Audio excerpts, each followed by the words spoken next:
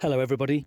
I believe we are part of a wonderful industry, but we are running out of time. We must do things differently. We must think beyond sustainability. We must think about regeneration.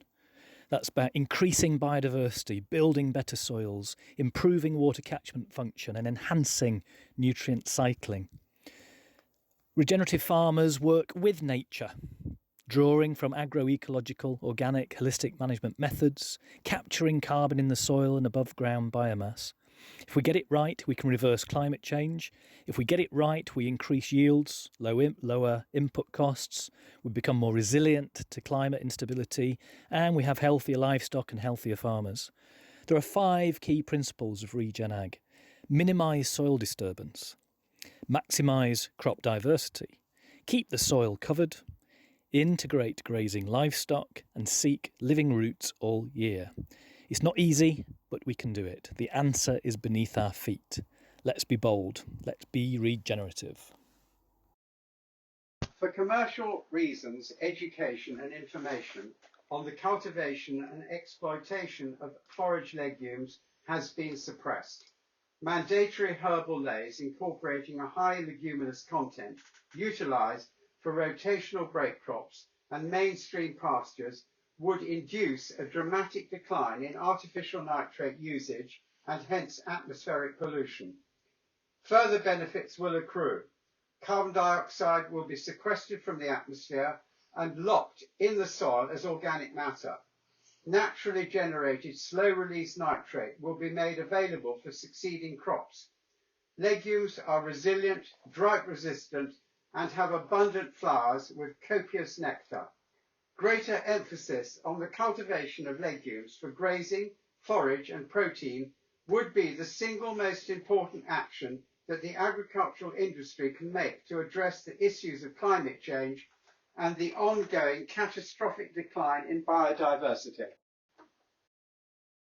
We need to take urgent action for climate change, but many of our communities want to act, but they don't know how. There are many different organisations trying to help and trying to incentivise people to live more healthy lives, eat better food, and become resilient from flooding and drought and coronavirus. And what we want to do is to show that all of those communities could take action if they had support from an advisor and a platform on which we could all be involved in environmental recovery. So our aim through our ELMS trial has been to create a platform for natural capital recovery using something called UK habitat mapping, which enables us to quantify the land and the way that it's managed so that we can work with farmers and communities to be able to start to build a positive future where our land delivers for not only all the public goods and ecosystem services, but healthy, sustainable food that everybody could be afforded to eat, and so we could crack food security and food equality. So what we're hoping is that by being able to be supported by an advisor, every community linked to neighbourhood and parish planning could actually start to become resilient to climate change. Working with farmers and a comprehensive range of organisations, we can inspire and take local action and be able to have a brighter future where everyone is able to be involved in a sustainable and healthy society. Taking the mantra of you can't manage what you can't measure, a key part of future support schemes for farms should be the introduction of an annual harmonised assessment for measuring on-farm sustainability. Should such a framework of assessment exist, it could be used by farmers as a management tool to help them understand the sustainability of their businesses.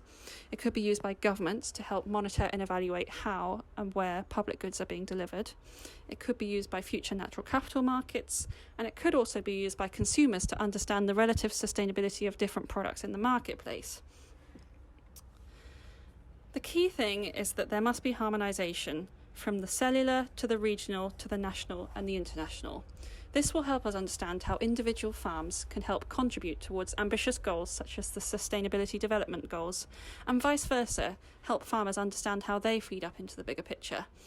This is why the Sustainable Food Trust feels this is a key target for COP26 next year, to reach international agreement on how we should measure and communicate on-farm sustainability. Lucy Bates from Linking Environment and Farming Leaf. So this series has been a really great experience to be part of. Thank you. It's brought to mind both the diversity and the commonality of the context that we are working in across the many sectors actually that play interconnected roles in the ongoing management of this beautiful land. Highlighting the positive contribution of good agriculture to a thriving and productive agroecosystem has been LEAF's work for very nearly 30 years now, and we believe that this exciting new era of policy change widens and broadens participation in this vital conversation. We look forward to putting these words into action on the ground by working together with both our existing expanding networks and yourselves, our colleagues in land management. There's a lot we don't know about what's coming next, but we do know that the resilience inherent to well-integrated systems has never been more important than now. Whatever ELMS looks like, however the markets evolve, regardless of the weather, we believe that farmers who are working to address the triple bottom line of economic, social and environmental metrics will, as ever, be best placed to thrive. Thank you very much. The title of my talk was Trees in the Landscape, and I won't spend time explaining the many and varied benefits, social, environmental and economic, that we increasingly understand trees, woodlands and forests deliver. But we do urgently need to create a treescape in our country, a country that is relatively poorly wooded and where, due to such things as pests and diseases and climate change, we are increasingly losing our trees. There are so many matters to think through before actually undertaking the process of planting a tree, but the 4 key points I wanted us to consider are choosing the location for your trees, selecting the species of your trees, don't forget the aftercare of your trees, and remember to tell people about your trees. In other words, communication.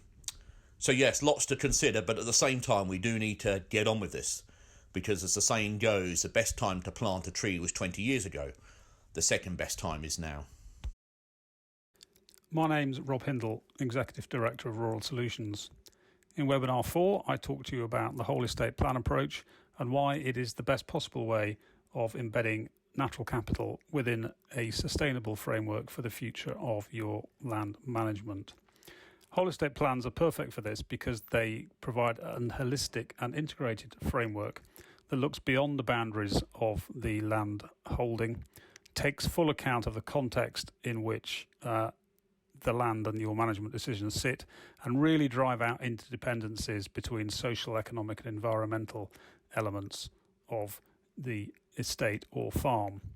A whole estate plan is the best possible way of delivering an optimum balance between the natural capital assets at the heart of your holding and the social, economic and environmental outputs and benefits that they can deliver. They're applicable on every type of scale and are very much the future for sustainable land management. Hello everyone. My slide illustrates the 3 key elements of our natural capital work at the Duchy of Cornwall. Firstly, it is essential that we have up-to-date information on the extent and condition of the natural capital assets on our farms. This baseline data will be key to our ability to confidently evaluate those assets and then to effectively target future actions and resources to ensure their long-term maintenance and enhancement. Secondly, we will be building on the baseline information to develop ambitious plans along with our tenants to contribute, for example, to the turnaround of the declining fortunes of wildlife in our countryside and to provide improved access for visitors. These plans will help to ensure that natural capital and ecosystem services on our farms, such as the carbon sequestration capacity of our healthy soils and opportunities for natural flood management, are as fully realised as possible. Thirdly and finally, we will be looking to establish a number of environmental monitoring projects to help us assess the results of our actions and thereby to provide meaningful updates to funding bodies and as part of our integrated corporate accounts. Thank you. Unlocking value from natural capital can come in many forms, but it is ultimately about traditional farm and estate diversification. All in all, it means optimising the yield stack with additional nature-based revenues and minimising exposure to risk for all enterprises. The first stage is about core farm or estate business, be it arable livestock or established diversifications like holiday lets and events. The margin on these enterprises can, in almost every case, be improved when the natural capital is enhanced. The second stage is participation in the current agri-environment schemes, which appears to be the most sensible way to transition from a reliance on BPS and into ELMS. The third stage is about accessing payments for ecosystem services, and I've highlighted these here in red. This is the next opportunity for farm and estate diversification. The benefits provided by unlocking value from biodiversity net gain, carbon offsetting, corporate sponsorship, or landscape and catchment partnerships each have a direct financial upside as well. We encourage you to use natural capital as a framework in order to inform management and strategic decision making, whilst also monetising new revenue streams. This is, in my mind, going to be critical for farms and estates to thrive over the next decade. In summary, I talked about using biodiversity net gain to create a new countryside.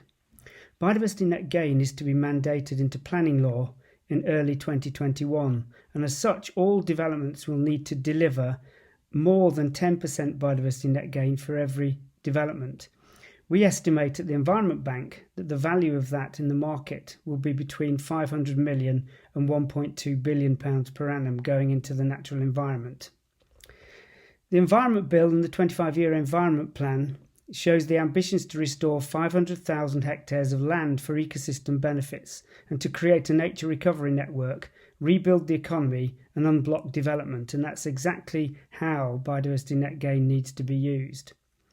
It's clear to us that on-site provision of biodiversity net gain on the development site itself, beyond just a small percentage of the overall biodiversity net gain requirement that planning authorities will need to introduce, will actually be a blocker. It's very high cost and it impacts on viability. So there's going to be significant amounts of requirement for off-site areas.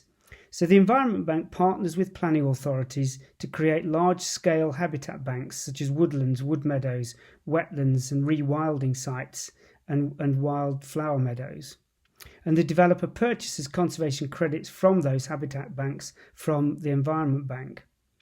We have all the governance and contractual documents in place, and we think it could create something in the region of 950 to 2,200 jobs over a 30-year period. That's each year. So in 20 years, about 44,000 jobs in the rural economy. And then there's an even larger prize from corporate natural capital accounting. The CLA has a huge variety of members engaged in all types of land management. We represent the breadth and variety of the sector. Diversity and variety are good for business and the environment. Biodiversity and business diversification both bring benefits. This is why we welcome the move away from the conformity of the cap and the chance to develop a policy flexible enough for all land managers.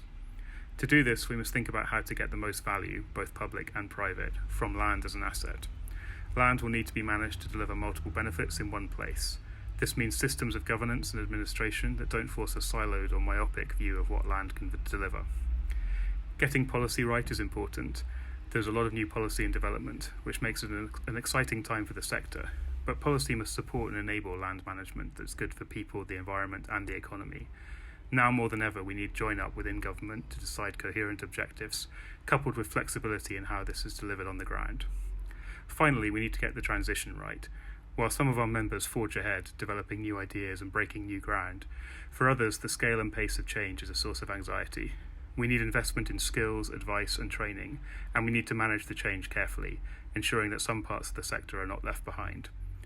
The CLA endeavours to represent all our members and ensure the future offers something for all of them. Ideally, this will mean more options for land management, delivering net zero, net gain and a net profit for land managers.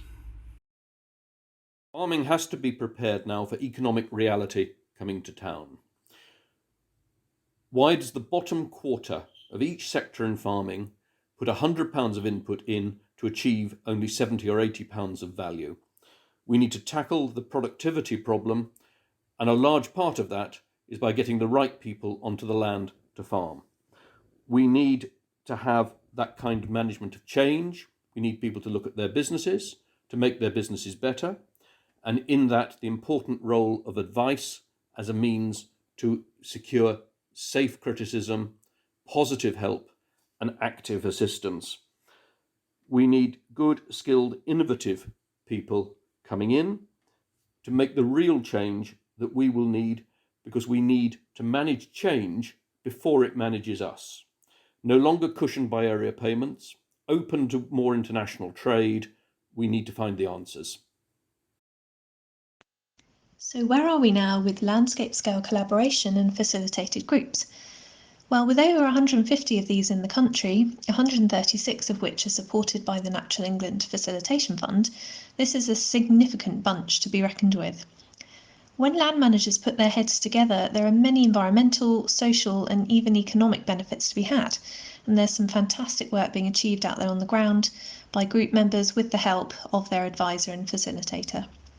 And these groups are well positioned to take advantage of elms and natural capital marketplaces. So if you want some inspiration or to start your own group, visit farmerclusters.com, and it would be a great idea to get on the Land App's master map of projects, which is being built as the go-to place to match up your group with funding so you can do more great stuff on the ground. Contact me, Jess Brooks, or Tim Hopkin to find out more. Thank you. For far too long, trees, woods and forests have been viewed themselves as separate components in the land management sphere. Choices always seem to be either or. If you have trees, it means you can't farm. This view has been reflected by the polarisation between the disciplines. How often have farmers, foresters, food producers, investors, water managers and ecologists got together to discuss land management in the round, rather than just talking to themselves about their bit? I see trees and woods being able to play a tremendous role in helping landscapes function. For example, in supporting productive farming through improved soil and water management, shelter and shade for crops and livestock, and pollination services. There's a really exciting future ahead, but it requires all of us to move out of our comfort zones and engage with other disciplines much more. So, one of the most critical things that we're going to need if we're going to improve nature across the UK are regional plans that bring stakeholders together to identify a shared vision for the landscape. And these need to be for everybody. They need to combine the grand vision of the 25-year plan for the environment with locally identified important objectives for nature. They also have to be cost effective. These plans need to optimise all the things we want to do against costs so they can deliver a really clear value for money whilst also maximising the improvements for nature. There also has to be a connection to the local level. Stakeholders working with the land should feel empowered to develop local plans that demonstrate how they're going to deliver their piece of this greater vision.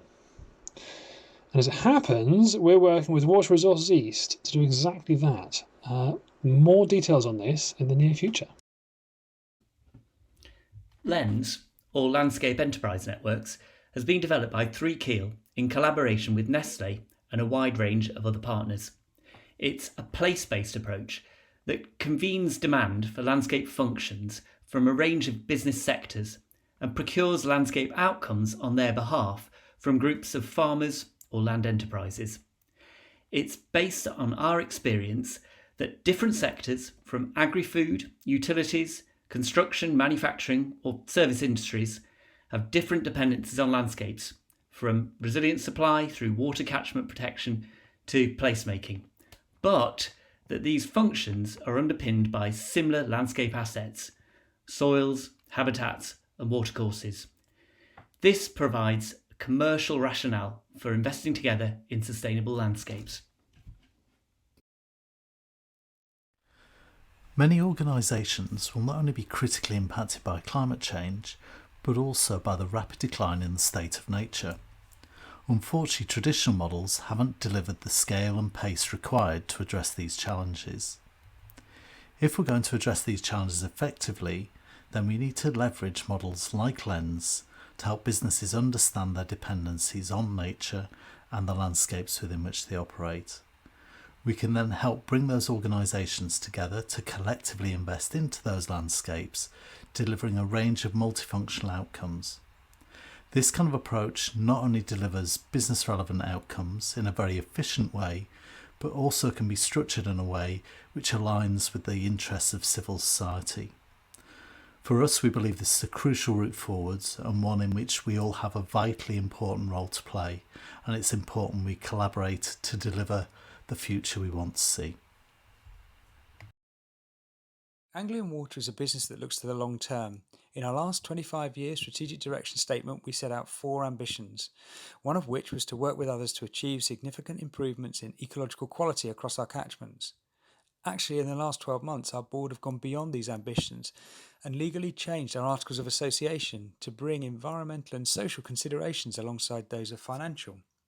Our purpose now is to bring environmental and social prosperity to the region we serve.